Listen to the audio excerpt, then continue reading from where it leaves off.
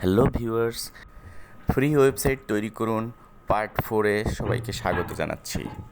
আজকের ভিডিওতে আমরা দেখব কিভাবে ফ্রি ব্লগ সাইটে একটি থিম চেঞ্জ করা যায়। আমরা জানি যে বাই ডিফল্ট যে থিমগুলো থাকে সেগুলো দেখতে তেমন একটা চার্মিং হয় না, আকর্ষণীয় হয় না। তো আমরা একটা আকর্ষণীয় থিম ডাউনলোড করে কিভাবে এখানে ইনস্টল করব সেটাই বিস্তারিত আমরা দেখব। বাই দ্য ওয়ে, যারা আমার এই চ্যানেলটি নতুন দেখছেন তাদের জন্য একটা ইনফরমেশন। এটা আমাদের চতুর্থ ভিডিও। এর আগেও কিন্তু আমাদের প্রথম, দ্বিতীয় এবং তৃতীয় পর্ব পাবলিশ করা হয়েছে। যারা প্রথম 3টি পর্ব দেখেননি তাদের জন্য আমার সাজেশন হলো আপনারা ইউটিউবে গিয়ে সার্চ দিবেন RUBEL 28296। এখানে সার্চ দিলে আপনারা আমার চ্যানেলটি পেয়ে যাবেন রুবেল পারভেজ নামে। এই চ্যানেলে ঢুকে আপনারা বিগত 3টি ভিডিও দেখে আসবেন। তিনটি ভিডিও দেখার পরে আপনারা পরবর্তী ভিডিওটি দেখবেন, তাহলে শুরু থেকে শেষ পর্যন্ত স্পষ্টভাবে বুঝতে পারবেন। তো চলুন দেরি না করে শুরু করা যাক। এখন আমরা গুগল ক্রোম ব্রাউজারটিতে ঢুকব। এবার আমরা সার্চ করব SEO friendly blogger template.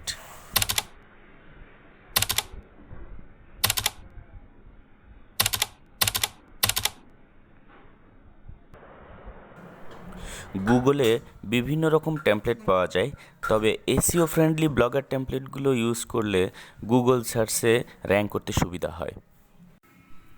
Search করার পরে আমরা প্রথমে যে সাইটটি আসবে সেই সাইটে আমরা ক্লিক করে দিব। ক্লিক করার পরেই দেখুন আমাদের সামনে অনেকগুলো টেমপ্লেট শো করছে।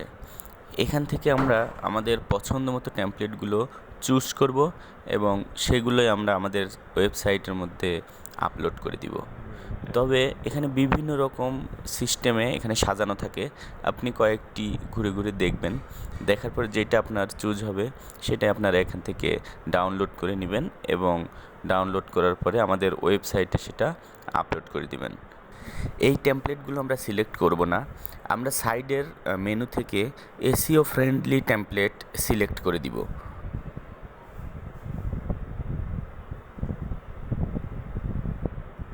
এখন দেখেন SEO ফ্রেন্ডলি টেমপ্লেট আমাদের সামনে শো করছে।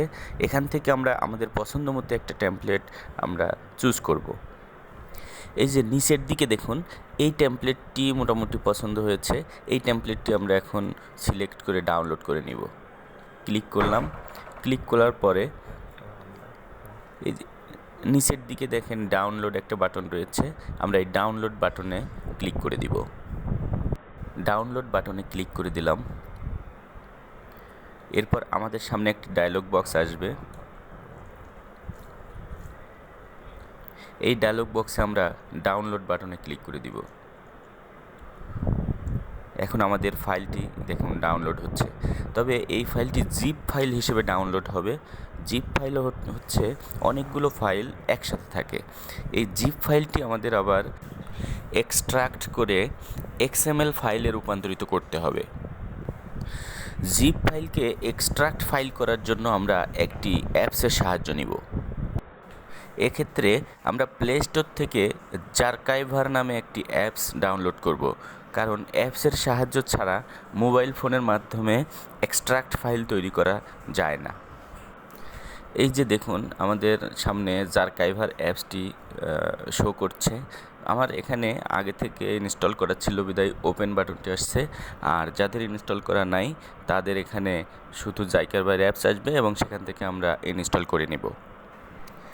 এবার আমরা জারকাইভার অ্যাপসটি ওপেন করব। জারকাইভার অ্যাপসটি ওপেন করলাম। ওপেন করার পরে এখানে ডাউনলোড বাটনে ক্লিক করব। ডাউনলোড বাটন ক্লিক করার পরে নিচের দিকে দেখুন আমাদের জিপ ফাইলটি শো করছে। জিপ ফাইলে ক্লিক করলেই আমরা এক্সট্রাক্ট হেয়ারকে ক্লিক করে দিব। এরপর আমাদের ফাইলটি XML ফাইলে রূপান্তরিত হয়ে যাবে। এবার আমরা আমাদের ওই ওয়েবসাইটে চলে যাব।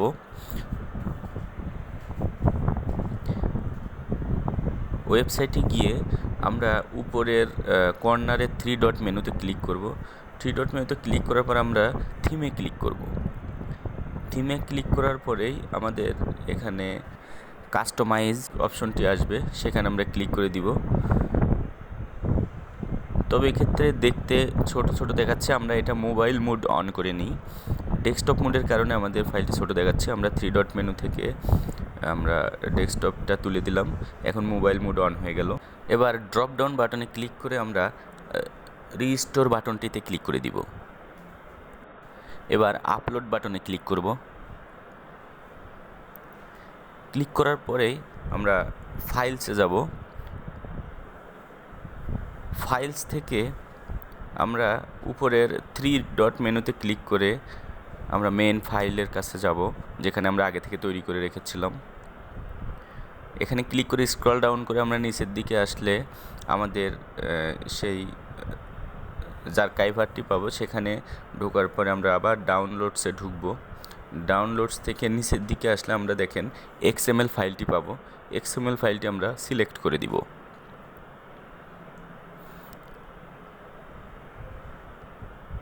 এখানে দেখেন রিস্টোরিং হচ্ছে, কিছুক্ষণের মধ্যেই আমাদের এই টেমপ্লেটটি চেঞ্জ হয়ে যাবে এবং আমরা ডিফল্ট টেমপ্লেট থেকে একটি পছন্দনীয় টেমপ্লেটে আমরা রূপান্তরিত হতে পারবো। এখন আমরা এখানে ব্লক সাইটটি ভিউ করলেই আমরা দেখতে পারবো আমাদের টেমপ্লেট। দেখুন আমাদের পছন্দের টেমপ্লেটটি এখানে শো করছে।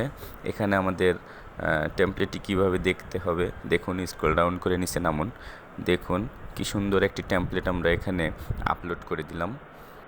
এখন যদি ডেস্কটপ ভিউটা আমরা দেখতে চাই তাহলে 3 ডট বাটনে ক্লিক করব। এখানে ডেস্কটপ মোডটা আমরা অন করে দিব। অন করে দেওয়ার সাথে সাথে দেখুন ডেস্কটপে আমাদের সাইটটি দেখতে এরকম দেখাবে। তো আমরা এখন সফলভাবে একটি টেমপ্লেট আমরা এখানে ইনস্টল করে ফেললাম, আপলোড করে ফেললাম। আপনারাও চাইলে খুব সহজেই আপনার পছন্দের টেমপ্লেটটি আপনার ওয়েবসাইটে আপলোড করতে পারেন। তো ভিউয়ার্স, আজকে এ পর্যন্তই। আমরা পরবর্তী ভিডিওতে দেখব যে আমাদের ওয়েবসাইটের যে লেআউটটা আছে সেই লেআউটটা আমরা কিভাবে চেঞ্জ করব।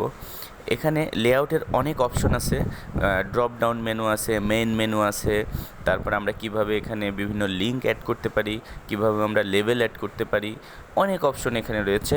আমরা পরবর্তী ভিডিওতে আমরা দেখব কিভাবে আমাদের ওয়েবসাইটের লেআউটটি পুঙ্খানুপুঙ্খরূপে সাজাতে পারি। সে পর্যন্ত অপেক্ষা করুন। আজকে পর্যন্তই। আল্লাহ হাফেজ। সবাই ভালো থাকবেন।